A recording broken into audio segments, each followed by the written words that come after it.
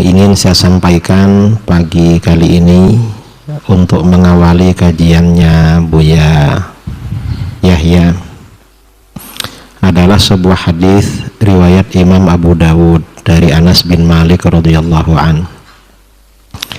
Rasulullah shallallahu alaihi wasallam bersabda, "Man kanatil akhiratu hammahu ja'alallahu ghinahu fi qalbihi."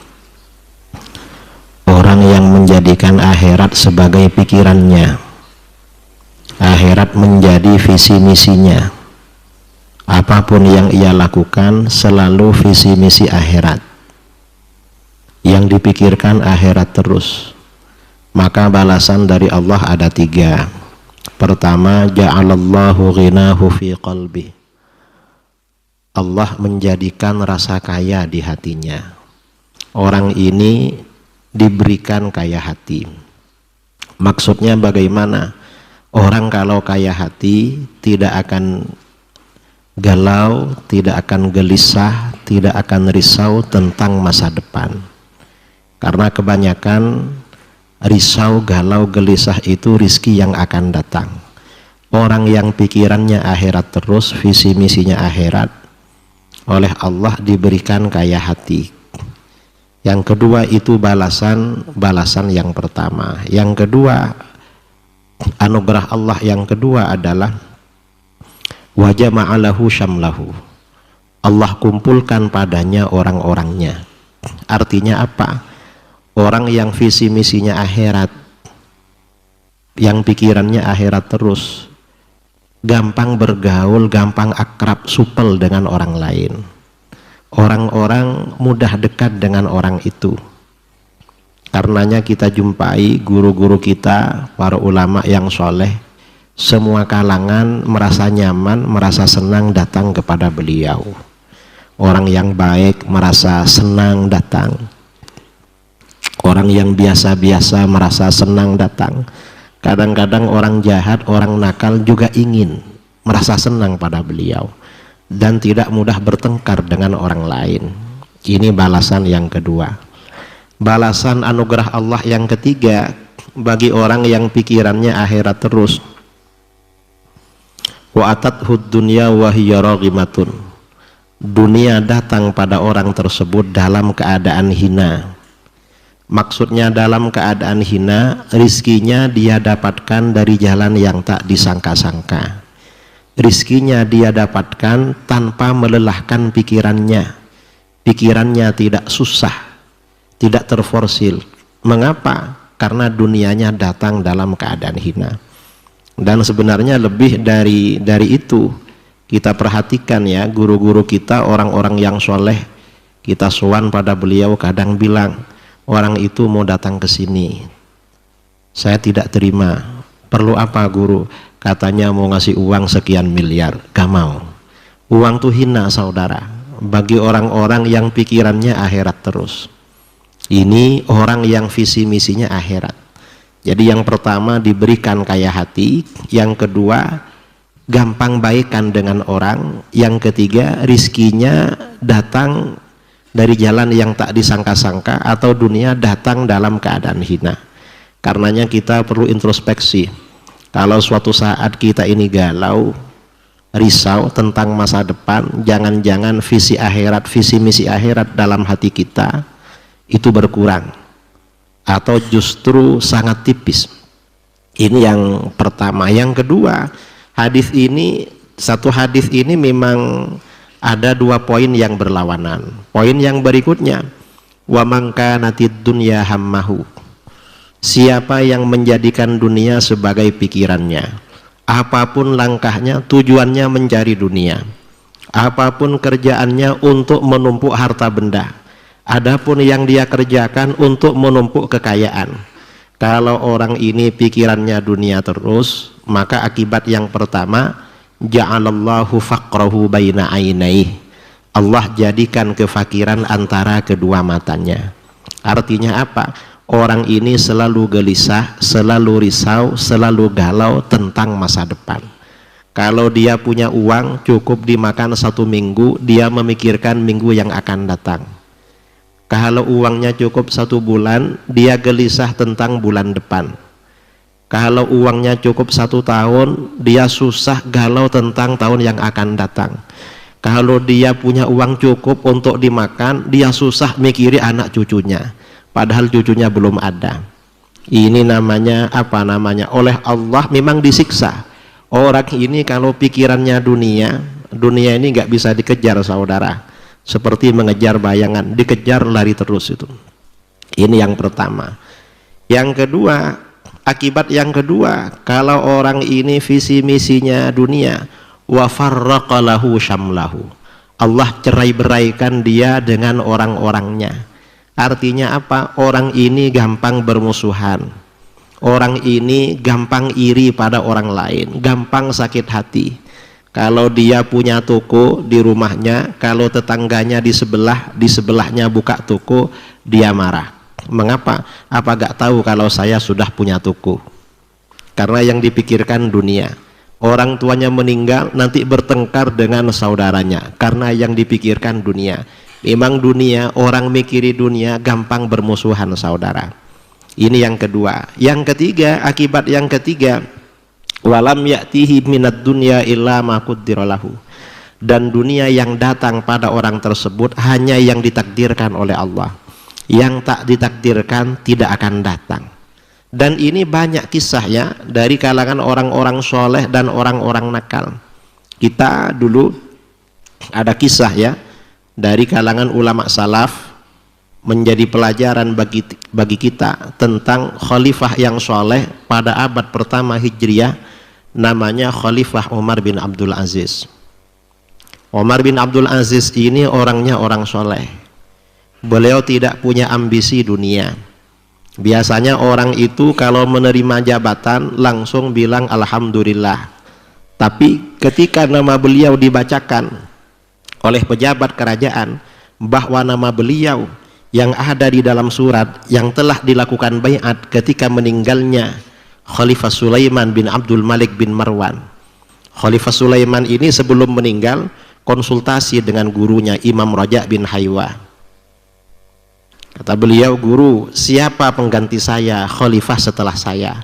Kata gurunya, kalau Anda memikirkan akhirat, maka jatuhkan ini pada adik ipar Anda, Umar bin Abdul Aziz. Tapi kalau Anda memikirkan dunia, jatuhkan kepada saudara Anda, kepada adik-adik kandung. Karena Umar bin Abdul Aziz ini orangnya orang soleh. Kata Sulaiman, kalau saya angkat Umar bin Abdul Aziz, nanti Bani Umayyah marah, nanti mereka memberontak. Oh gampang, dalam wasiat Anda nanti gandengkan Umar ini, bahwa setelah Umar adalah adik Anda sendiri, Yazid bin Abdul Malik bin Marwan. Akhirnya wasiat kepemimpinan setelah beliau wafat, orang-orang Bani Umayyah ini dulu, karena memang khilafah itu dinasti paksaan, biasanya sebelum wafat nulis surat. Setelah khalifah yang bersangkutan meninggal, para perwira kerajaan, para petinggi kerajaan dikumpulkan, diambil sumpah menyatakan baiat pada yang ada di dalam surat ini. Gak tahu siapa isinya, disumpah duluan bahwa kami baiat pada khalifah yang ada di surat itu. Begitu dibacakan, ternyata nama pertama yang disebutkan adalah Umar bin Abdul Aziz. Apa tanggapan beliau menerima pengangkatan sebagai khalifah? Umar bin Abdul Aziz justru berkata, inna lillah wa inna ilaihi rajiun. Dianggap musibah, saudara. Jadi khalifah ini dianggap musibah oleh beliau, karena beliau ini orang soleh, menjalankan pemerintahannya dengan berhati-hati. Karenanya beliau ini termasuk salah satu khulafaur rasyidin. Imam Syafi'i berkata, al khulafa khamsatun, khalifah yang rasyid itu ada 4, Abu Bakar, wa Umar, wa Uthman, wa Ali, wa Umar bin Abdul Aziz. Jadi memang khalifah yang rasyid. Karena beliau ini khalifah yang rasyid, maka bagaimana dalam pemerintahannya beliau sangat adil. Dan beliau ini sangat berhati-hati menggunakan fasilitas negara. Setelah menjadi khalifah, beliau bukan tambah kaya, tapi tambah miskin. Emas permata milik istrinya diminta semua. Fatimah binti Abdul Malik ditanya, kamu banyak perhiasannya. Kata Fatimah istrinya, Ini kenang-kenangan dari ayahanda Amirul Mukminin Abdul Malik bin Marwan. Maka kata suaminya, tolong serahkan pada saya itu, saya kembalikan kepada kas negara. Ayah kamu itu khalifah, itu pasti milik umat itu. Istrinya keberatan, karena istrinya keberatan, maka kata beliau, kalau kamu keberatan dengan itu gak apa-apa, tapi kamu pergi dari sini. Tapi kalau kamu masih lebih mencintai saya, serahkan. Itu saya kembalikan ke kas negara. Akhirnya dikembalikan, saudara. Dan Umar bin Abdul Aziz ini, kalau ada keperluan, gak pernah menggunakan fasilitas negara. Kalau malam hari ada tamu datang pada beliau, tamunya ditanya, kamu datang ini untuk keperluan negara atau kepentingan pribadi atau silaturahmi? Kalau tamunya ini ada kepentingan negara, beliau nyalakan lampu milik negara. Tapi kalau tamunya hanya silaturahmi, main-main, beliau pakai lampu pribadi. Kalau lagi gak punya minyak, dulu belum ada listrik, beliau gak pakai lampu. Bayangkan, ada seorang khalifah, kekuasaannya mulai dari Andalusia sampai perbatasan Tibet di Cina, gak punya minyak malam-malam itu, kalau bukan orang soleh. Akhirnya ketika beliau menjelang wafat, anaknya semuanya laki-laki, jumlahnya 11 orang. Anaknya berkumpul. Karena anaknya berkumpul, ditanya oleh beliau, ngapain kalian kumpul? Apa kalian menunggu wasiat dari saya? Tidak ada ayah, kita ini berkumpul karena prihatin ayahanda sedang krisis, sedang kritis. Kata beliau, ya baguslah kalau begitu, saya gak ada yang akan diwasiatkan buat kamu, buat kalian. Tapi saya gak khawatir, kalau nanti kalian meninggal menjadi orang-orang soleh, urusan kalian dimudahkan oleh Allah. Tapi kalau kalian nanti meninggal, kalian menjadi orang jahat, saya bersyukur tidak mewariskan harta kekayaan buat kalian, karena dosanya akan dikirimkan juga oleh Allah pada saya, karena mewariskan kamu kekayaan untuk maksiat. Setelah beliau wafat, harta peninggalannya dibagi-bagi anaknya yang 11 orang, jumlahnya laki-laki semua, masing-masing dapat warisan emas 3 gram. Bayangkan saudara, punya anak, belum punya tunangan, belum punya kerja, belum punya rumah, dikasih emas 3 gram, kira-kira cukup? Mungkin kalau di Cirebon nggak cukup bu ya itu ya, untuk cari aja, belum lamarannya itu. Ternyata bagaimana? Karena ayahnya ini orang soleh, anak-anaknya dididik menjadi anak soleh, semuanya menjadi orang kaya. Anak-anaknya Khalifah Umar ini jadi bos-bos semua. Pernah suatu ketika negara dalam keadaan krisis, mau mengirimkan tentara untuk perang. Karena negara, kas negara lagi kosong, minta sumbangan kepada salah satu putranya Khalifah Umar. Yang diminta apa? Butuh apa? Kata pejabat negara itu, negara ini butuh kuda 1000, kendaraan pasukan untuk perang. Akhirnya kata beliau, cari kuda 1000, nanti harganya beritahu saya.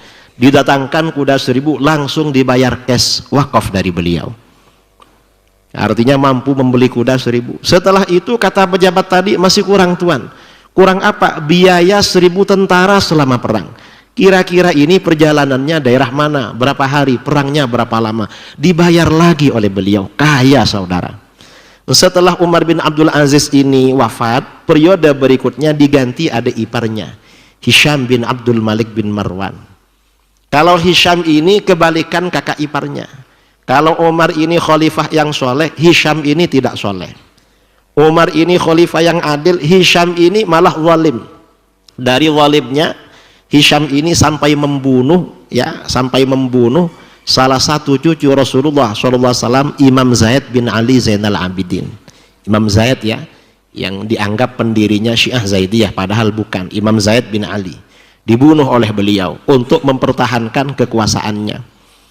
Dan beliau ini banyak korupsinya. Karena banyak korupsinya, ketika meninggal dunia, anaknya juga sama-sama 11, semuanya laki-laki. Anaknya 11, semuanya laki-laki, masing-masing dapat warisan emas. Berapa warisan emasnya? Masing-masing dapat 40 kilo emas. Kira-kira kaya apa gak kaya? Kaya saudara. Tapi berhubung orang tuanya tidak mendidik anaknya menjadi anak soleh, harta yang diwariskan juga tidak didapatkan dari jalan yang benar, anak-anaknya akhirnya bagaimana? Hidupnya tidak berkah. Anak-anaknya Khalifah Hisham ini menjadi pekerja kasar di pasar-pasar, menjadi kuli, sampai-sampai umat Islam pada waktu itu berpikiran, kok beda sekali ya anak-anaknya Tuan Khalifah Umar dengan Tuan Khalifah Hisham. Anaknya Khalifah Umar dapat warisan emas 3 gram, jadi konglomerat semua. Sementara anaknya Khalifah Hisham warisannya banyak sekali, kaya raya, tapi jadi orang-orang miskin, pekerja kasar, pekerja kuli pada orang-orang yang jualan di pasar. Nah, ini artinya apa saudara? Ini sebenarnya pelajaran bagi kita. Kembali kepada hadis tadi, bahwa apapun yang kita lakukan, yang kita kerjakan, jangan lupa niat yang baik, yaitu visi misi akhirat. Kemudian yang kedua, dan sebenarnya warisan yang terindah, warisan paling baik bagi anak-anak kita adalah mendidik anak-anak kita menjadi anak soleh. Mengapa? Kalau anak kita ini menjadi anak soleh, insya Allah semuanya akan didapatkan, akan mendapat pertolongan dari Allah. Nah, barangkali itu silaturahmi dan pengantar diskusi dari saya, atau muqaddimah ya dari saya, biar Buya Yahya nanti mensyarai apa yang saya sampaikan. Kurang lebihnya wal afu minkum. Assalamualaikum warahmatullahi wabarakatuh. Waalaikumsalam. Masya Allah. Ilmu seperti itulah yang saat ini kita butuhkan. Sekarang hampir setiap kehidupan kita memang ngejar dunia, dan itu bukan berarti kita, yakni yang disampaikan beliau, bukan berarti kita tidak boleh punya dunia. Sebab yang dibahas dulu, di hatimu tuh ada apa, gitu loh. Masya Allah. Ini sampai kalau kita sambung tentang Khalifah Umar bin Abdul Aziz tadi, ada salah satu kisah disebut oleh Imam Haddad. Suatu ketika Khalifah Umar bin Abdul Aziz itu adalah ada ikhtilam atau harus mandi besar, istilahnya begitu, di musim dingin, di pagi hari harus mandi besar, lalu disodorkan air hangat untuk mandi di musim dingin. Anda ini di Indonesia ini kalau ngomong musim dingin mah tenang-tenang aja ya, Anda tidak negeri Arab. Kalau musim dingin negeri sana itu betul-betul dingin-dingin begitu. Disodorkan air hangat, ditanya ini kau panasin dengan apa? Rupanya dengan kayu yang miliknya negara. Beliau tinggalkan itu air panas, beliau mandi dengan air dingin karena takut haram. Allah, hebat banget ya. Fasilitas negara tidak dibikin bancaan, tidak digunakan seenaknya.